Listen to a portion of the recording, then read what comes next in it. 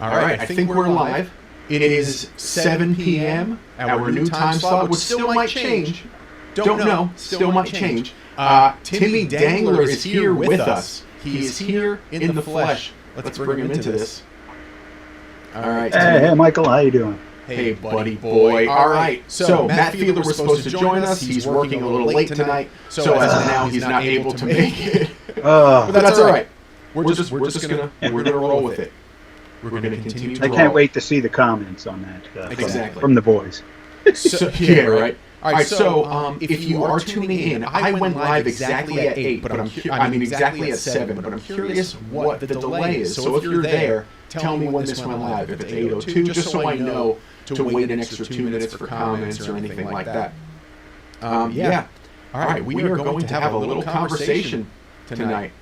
We're just gonna have a good time with Timmy D. I'm already getting text messages. Oh, Bill says you're echoing. Oh, doubles. Everyone says doubles. Ah. Okay. Let's figure this out. I'm guessing it's Skype. So, let's go to audio device. All right, maybe that is better. I hope that is better. Guys, let me know. Let me know if the audio is better now. Michael, you have an echo. You're echoing. Good. Let's figure this out. Let's work on this together. I think we're better now. But you guys tell me, because I don't know why this would happen, especially since we took care of this previously. USB capture device. There you go. All right. Still echoing, apparently. This is embarrassing.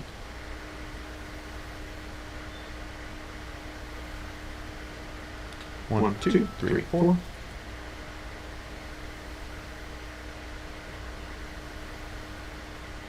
Oh, I think I know.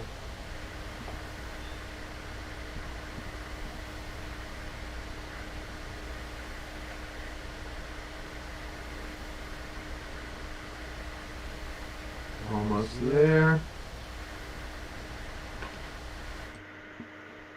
All right, that should have done it. Sounds good here. Sorry, guys. Sorry, everyone. Switcher mistake. I added a third camera, and the GoPro audio was going through. That's what I think the problem was. You're going to be able to let me know if we fixed everything or not. So, all right, let's get going with the show. Too much reverb. Needs more cowbell. Oh, now Jerry Shorter wants more cowbell. All right, so Chiller Theater. What is Chiller Theater, Timmy? Well, you got your Comic-Cons and that kind of thing that everybody knows about. So it's very similar to that. And I think when it started, it was basically based on the old Channel 11 out of New York City. They had the Monster Chiller Horror Theater kind of shows back in the 60s and 70s. And a bunch of guys started putting on these events with the old horror stars. Yeah. Which of course, as you know, it's morphed into this insane old wrestlers and it's like everyone pin-ups and people that do music and and a lot of hacks and has-beens and stuff. But it's so much fun. So there's cool people too, like that you'd be excited to see. What are some examples of types of people who are there?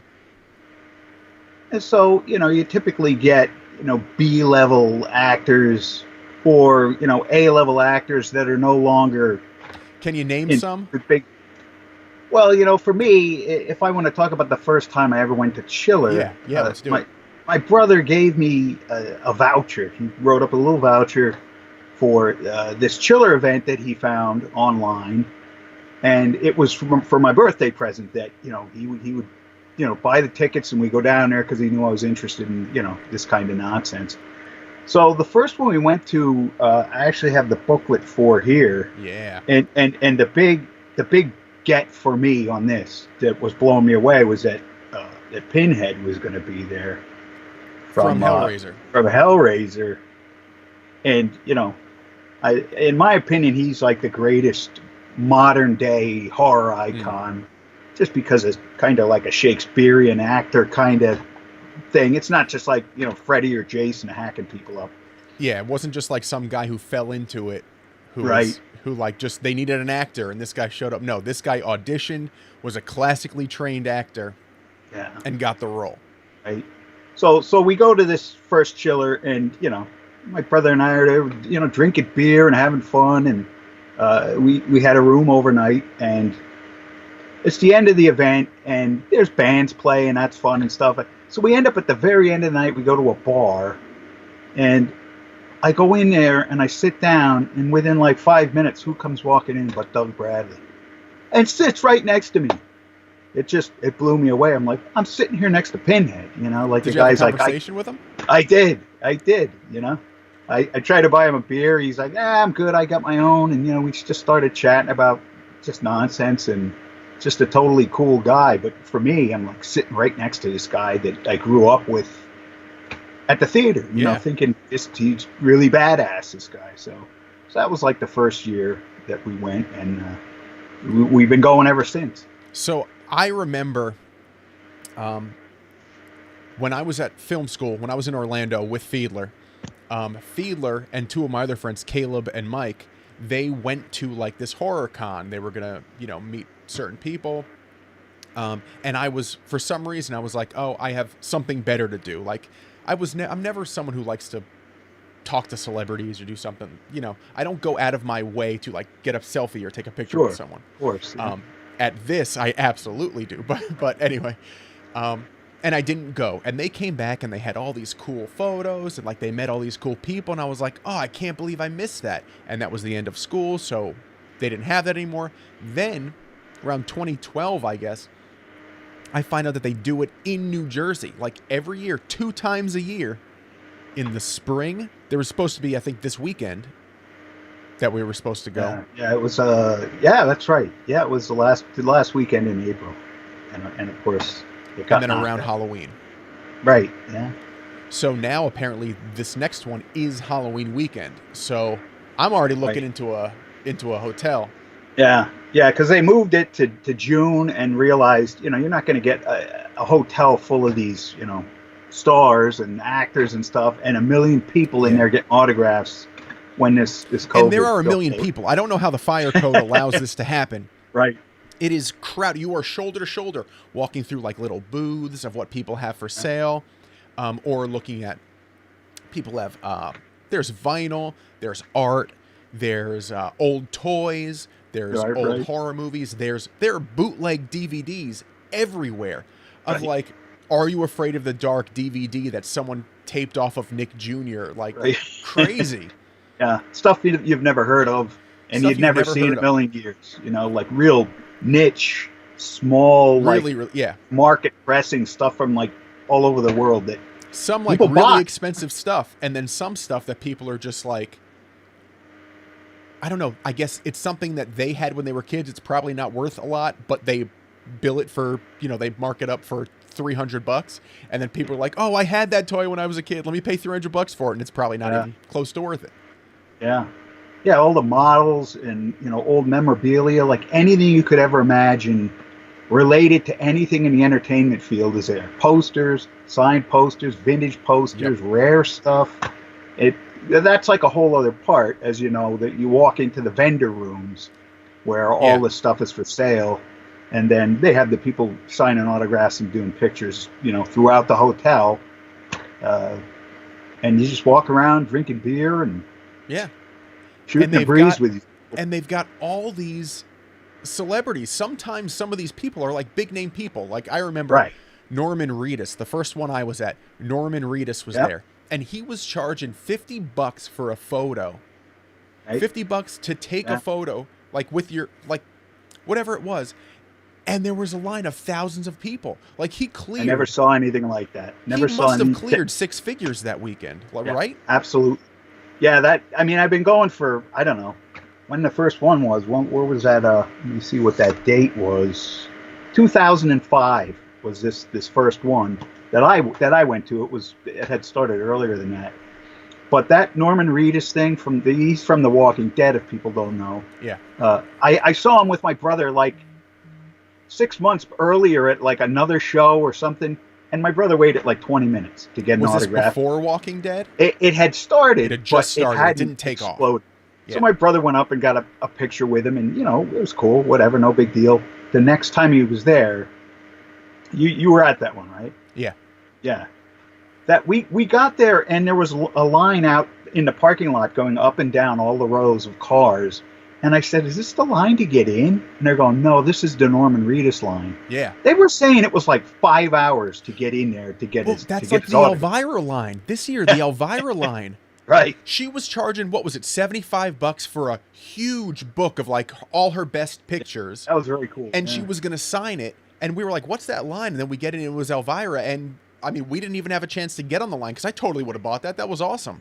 Yeah. For the price. Right. So that's why it behooves these people to show up. Oh yeah, they make so much cash because they're making dough. And it's cash. Every once in a while, you see somebody like some sad sack that was barely in anything, and nobody's at their table. Yeah, no one knows who they are. But you can go over and talk to anybody. If they have a break, you go over and just start shooting the breeze with them, and I don't know. It's just kitschy. It's fun. And then you see all the people walking around who are, of course, a lot of them are like really out there. Yeah. As you can imagine, you see Comic-Con stuff, people getting dressed up and people go in full costume, but it's not like Comic-Con costume. It's not comic book characters. It's like horror movie characters. Yeah. Like they got blood all over them. Yeah. People dressed up as the Warriors. There was a whole team of the baseball team. There were a whole bunch of guys like that. And it's like at one point there was just one of them walking around, and you were like, did he choose to do that by himself, or did like his buddy bail? Or like what happened there?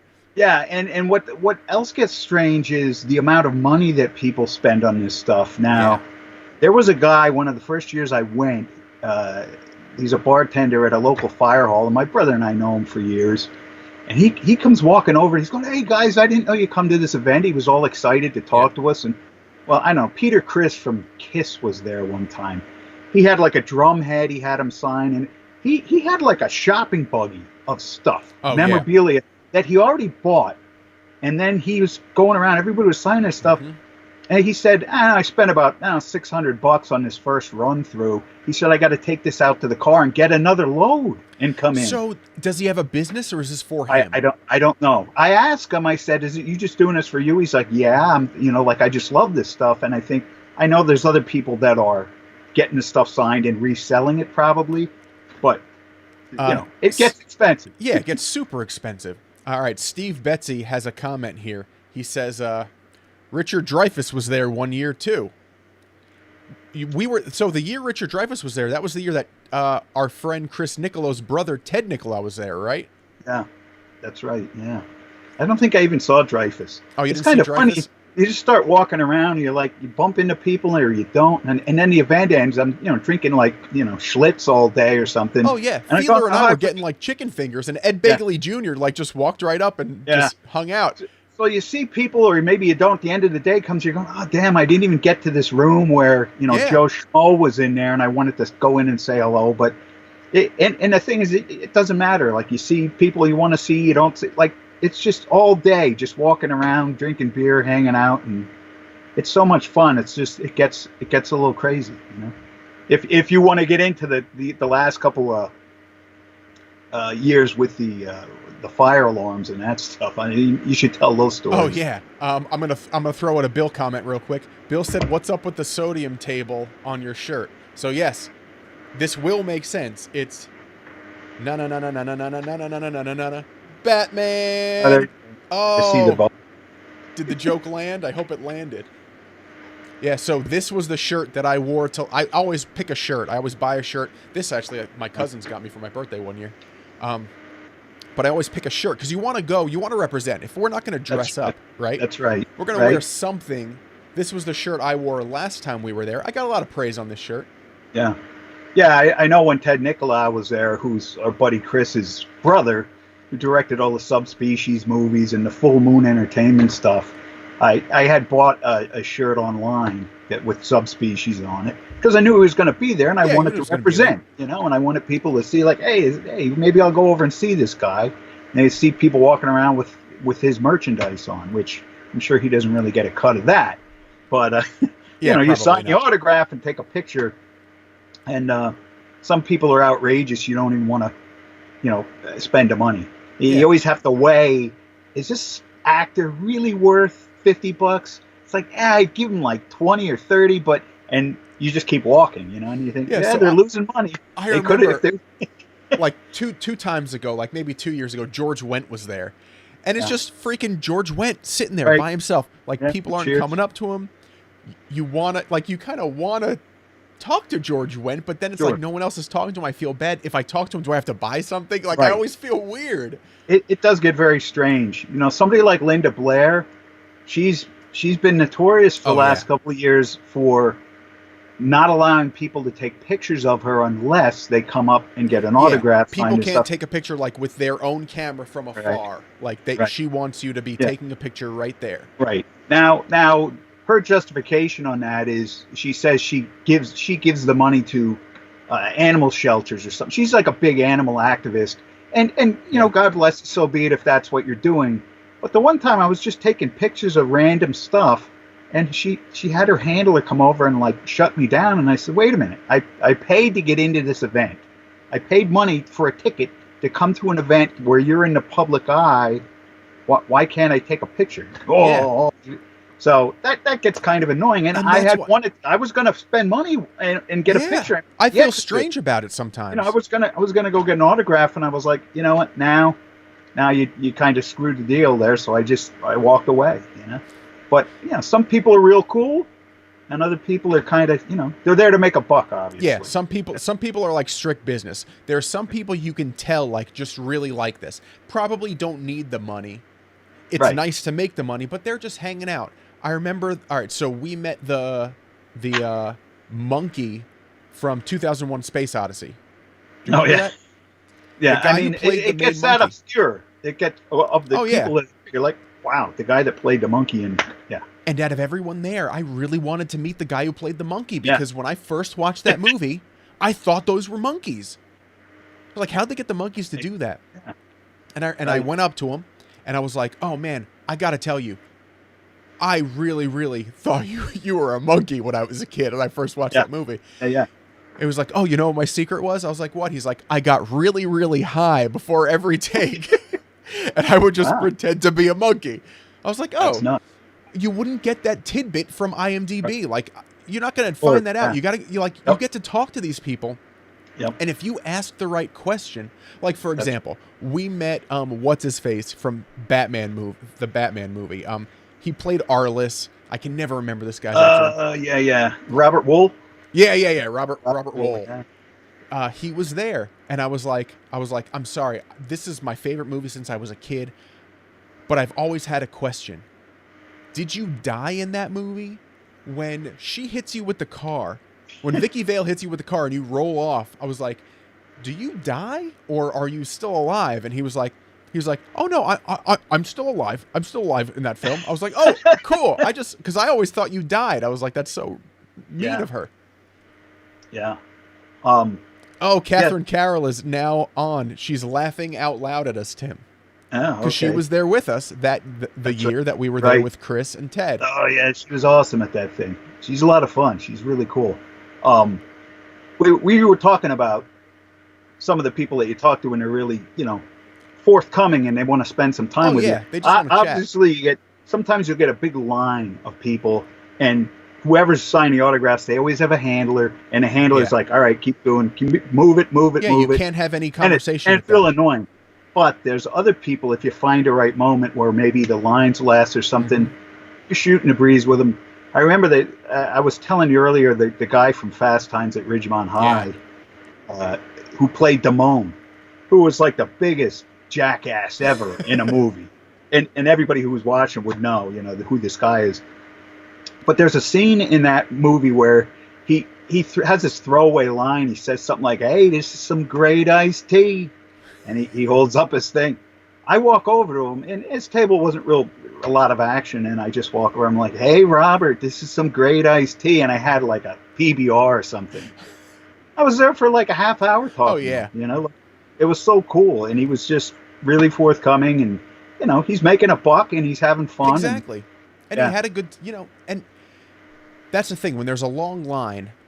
You feel pressure. You don't want to talk to him. I love those back rooms where there are like 5 people from like Bronx Tale. There were people from Bronx Tale this past year. It was amazing.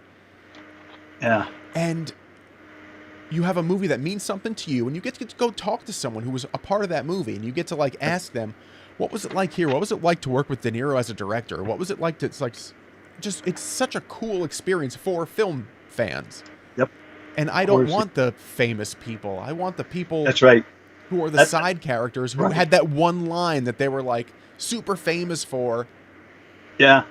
Yeah, I know last year was the first year I had missed a spring event.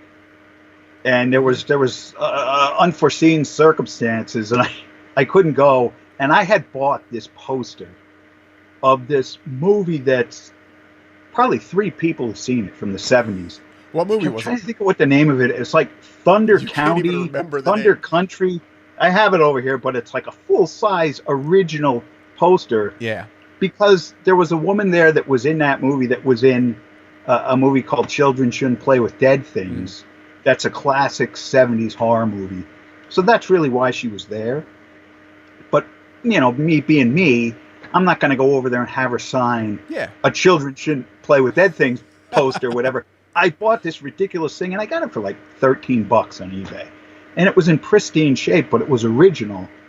And then I couldn't go get it signed. I was like, oh, man, she could be dead by the next time she comes around. Yeah. The woman's probably like 80 by now. Shirley Jones was there this year. Oh, yeah.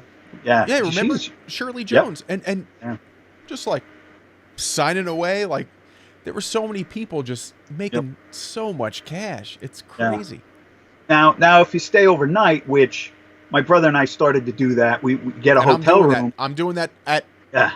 That's my first night out after having a kid. Then you could just drink all day with Catherine and Chris, and you guys.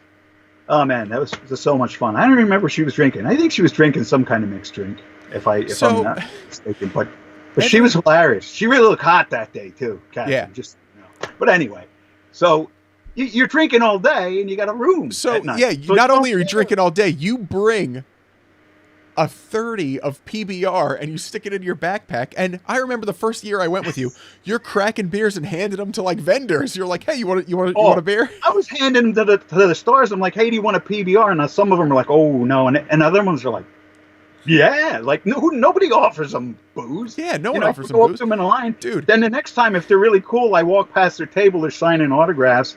I like just slip one in there. I'm like, hey, I don't want to bother you, and I slip, and then they just start laughing. They're like, so when you're there in the evening, does that ever play into the evening? Do you ever meet people? Absolutely. Dude, I gotta stay over. I gotta stay. So one of the first years we were there, do you know the actor Jeff Fahey? He was in Lost. If you saw him, you would know who he is. He was in a lot of stuff in the 90s. He's a real good-looking dude. But anyway, he's at this event. And we go down at night, all the vendor tables are closed. Everything's kind of shut down. But they have bands that play at night. Yeah. So they have this, like a house band called the Dead Elvi. And they dress up like Elvis, but they're like zombies, And it's like surf rock, It's, like kind of rockabilly surf rock stuff. So they're playing. You get a bunch of other bands playing. Here comes Jeff Fahey. He comes over and he recognized me and my brother because at the time he was in Grindhouse. Oh, he was in. I know who he is. I know who you're talking about. He was the barbecue dude. Yes. He's like, oh, that's some damn good barbecue. He says. Yes. It's that guy. He's a good-looking guy, blue eyes. I think he was like the pilot in Lost. Yeah. So he had this. There was a poster with him, and Robert Rodriguez had these 2 just absolutely gorgeous Hispanic twins. Are in that film as well. And there's a picture with Jeff Fahey in the middle and the 2 twins with like submachine guns blasting away. And my brother got it signed and he talked to Jeff Fahey for quite a while. So now it's the evening. We go down, we go to watch the band. here comes Jeff Fahey walking over. And now he recognizes me and my brother, comes over, and he says, hey, guys, could I ask you a favor? I'm like, yeah, what do you want? He's sort of looking at my brother. My brother says, sure, Jeff. I mean, the guy's like, he's a star, really. He's going, I dropped my reading glasses in the middle of, like, the dance floor area of where this band was playing. He's going, would you mind going over there and picking them up? So now my brother's looking at me. I'm looking at him like, what the hell, Jeff Fahey asking us to pick up his reading glasses? So we assumed it must be a gag or something. Mm-hmm. Like, my brother's going, well, I don't know, is somebody going to kick me in the ass when I go over there? Or, like, is Alan Funt from Candid Camera going to jump out? What's going to happen? So my brother says, sure, I'll do it. So he walks over, saunters over, and luckily nobody stepped on him by now because it was kind of like a mosh pit. My brother goes over, he picks him up, walks back, hands him to Faye, and Faye's like, hey, I really appreciate it that you... He really lost his glasses? Now, why he didn't just go over and pick them up himself, I'm not quite sure. But maybe he's like, I don't want to look like a tool, like I'm supposed to be some hotshot star. I don't want to go over and pick up. I think he's probably, well, was that the only thing he asked of you? Was he like, I'm No, short on cash and I could use a beer? No, that was it. and then he just stood over there with us and we're plowing beer with him, watching the band, like, for the next hour or something, until he finally said, I think I'm going to go back to my room. And it's like, I don't know, just, you get these strange, interesting stories like that with people that, you never would meet in real life. You're not really starstruck. Maybe some people are, but it's just fun, And you see all different types of people there. The only types of people you don't see are people with suits. Like, you don't see businessmen, but they wouldn't be dressed as businessmen, right? They'd be dressed as, I guess, yeah. You wouldn't know what they did for a living, but everyone is having a good time, dressed in like crazy shirts, summer in costumes. People just looking to, relive their childhood or have some of their favorite moments and meet some famous people. Yeah. Now there is a website, not that you'd want to be plugging a website, but chillertheater.com, and they spell it the old-fashioned British way. So it's like R-E at the end instead of E-R on the end theater. So Chiller Theater. And if you go to the webpage, they have archives from the past shows. You can see who had been there. There's pictures. They have a section with all the people who've died since they've been there. Because there's a lot of really old actors that were there, and like within 6 months they were dead. It's like the curse of Chiller. Yeah. Now they're typically older actors and stuff, but it's pretty amazing that like Ernest Borgnine was there at one time. Like 6 months later he was gone. And he had a huge line. There was a guy had this, like a 1966 McHale's Navy a board. It was like a board game or something. Like, where the hell did he even find a thing? He's like, I've had this since I was 5 years old. Wow. And, Borgnine's blown away. And he's real old and he's funny and he's signing a thing. And, 6 months later, the guy's gone. So it's kind of cool. You had a chance to go talk to the guy. I love going. I'm so bummed that this happened and they canceled it this year. Because I went to go look again at who the guests were and they had taken down the guest list. Yeah. But I remember there were a few people there who I was just like, oh, this is awesome. I can't wait. It's going to be a good time. Yeah. And, it'll be cool. I don't know if they're going to get less of a turnout for Halloween since it's Halloween weekend. Are less people going to show up, or is it going to be over the top? I don't know. Yeah, I don't know. I hope it's over the top. Like, I cannot wait. Yep. Yeah, it's so cool. That's going to be something that we got to put time aside for. Yeah. And, I always had gone with my brother because he's the one that he found it online. It's 2005. It's quite a while ago. He found this thing. He's like, this would be cool to take my brother. So we always get there at the, kind of the crack of dawn. It's like a Saturday we show up because the event goes Friday night, all day Saturday into Sunday. So we'll go on Saturday and we tailgate before the Chiller thing. So, I don't know, these people aren't necessarily the types of fans that are showing up, to tailgate like in booze and drink. Mm-hmm. We'll pull up, park the car for the next 2 days, and we set up lawn chairs and watch the people going in, like the fans walking in their crazy get-ups. We'll put up like a little umbrella over your head to keep the sun off you. And we always have real horrible food. we'll have like Vienna sausages or some kind of like Limburger cheese, uh, any kind of like crazy thing you find in a dollar store that Yeah. pulled tab stuff, and then a pile of beer, cans of Pringles. We'll just sit there and wait till all the throngs get in instead of waiting in line. Yeah. Then once they're in, walk right in and eventually we get your gotta room. have a Dangler Brothers, DePrima Brothers thing. We gotta do it. Yeah, I want to see if I have, like, I've been making these books. We talked about these books that I make them at what would I say? Shutterfly or one of those. Yeah, it's Shutterfly. So for his birthday then, which is in June, I take all the pictures and I make this like a gorgeous booklet. And usually the front cover is like us, at the tailgate, starting our tailgate. So it's just me and him sitting on a lawn chair hanging out. Here's another one. And my brother, at the back of the tailgate, he's got a Pringle in his hands there. Oh, he's got a good beard on him too. Yeah. Here's one with the umbrella. We got umbrella. It was a little drizzle that day, so so I got all these books from the years. I want to be part of these books.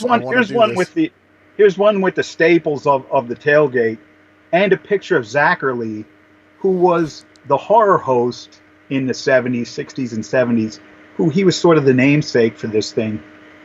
He used to show up with a walker. The guy was like 90 something. He'd show up with a walker, all dressed up like his character Zachary, and he'd get up at the end of the night and he'd sing a song. And eventually he passed away, but this might have been the year he passed away, so they had a picture of him on the cover. And the two staples that we have at the tailgate every year. So let's see. PBR and Pringles. Yep, and there's Zachary there. But and then I make these books with pictures of all the people that we had autographs signed, and it's just it's like a thing me and my brother have been doing for so long. Yeah. And, I'm sure you do stuff with your brother. Oh, absolutely. And that's our thing. That's me and my bro. So it's just really cool. I can't wait to go in October. I mean, I got to play it by ear. I will have a child by then. So I think this is going to be the first time out. First time out. Yeah, but Lauren's cool. She gets it, right? She does. She gets it. She lets me be me. She gives me time to do me. I give her time to do her, and it works out. It's worked out so far. All right, Timmy. Thank you so much, buddy. Are you going to be back with us on Friday to talk about Under the Silver Lake? I'd like to. I started watching it today, and then you and Jer started texting about it. And I'm going, I can't look at the text. Sorry. But I didn't. I didn't look at the text, so I got maybe like an hour into it so far, and it is weird. It's weird. And Ham has already watched it, and Jer already watched it. So at least we're going to have a quorum of 4 to talk about it if no one else sees it by then. Yep. So tomorrow I'll try to finish that. So, we'll keep in touch. You're going to want to watch it twice if you can. Yeah. Yeah, it looks like a lot of hidden stuff. Like you have to catch, catch 2 times to get everything. Very strange. There are messages in the movie that still haven't even been deciphered yet. The movie's been out for over a year, and there's still things that people haven't been able to decipher from it. It's cool. Amazing. It's really cool. It's really original, and it did horribly. Yeah. I mean, it didn't get great reviews, and it was came and went. I don't even know if it was in the theaters. It wasn't really around in theaters. It's kind of an anti-Hollywood movie. It's an original film, right? But that's the thing. We're going to talk about this. Yeah. All right, it's guys. hard to do something original like that. Yes. And be creative. Even if people would watch it and they don't really like it, you have to admit it's unique. And it's not the same totally crap unique everybody film. else is doing. It is a totally unique film. All right, Mike. Timmy, thanks, buddy. Thanks for having me on. Absolutely. I appreciate it. All right. We'll talk to you soon, buddy. All right. Thanks. See you on Friday. All right. See you, pal. Bye. All right. Thank you guys for being here. I think, Timmy, you're still on. I'll end this conversation right now. Gone. He's gone. What happened? He's gone. Underground. No one's ever heard from him again. No, he'll be here Friday. Thank you guys so much. for being here tonight. I know you were expecting 2 guests, Matt Fiedler and Tim Dangler, but hey, got to make that cheddar.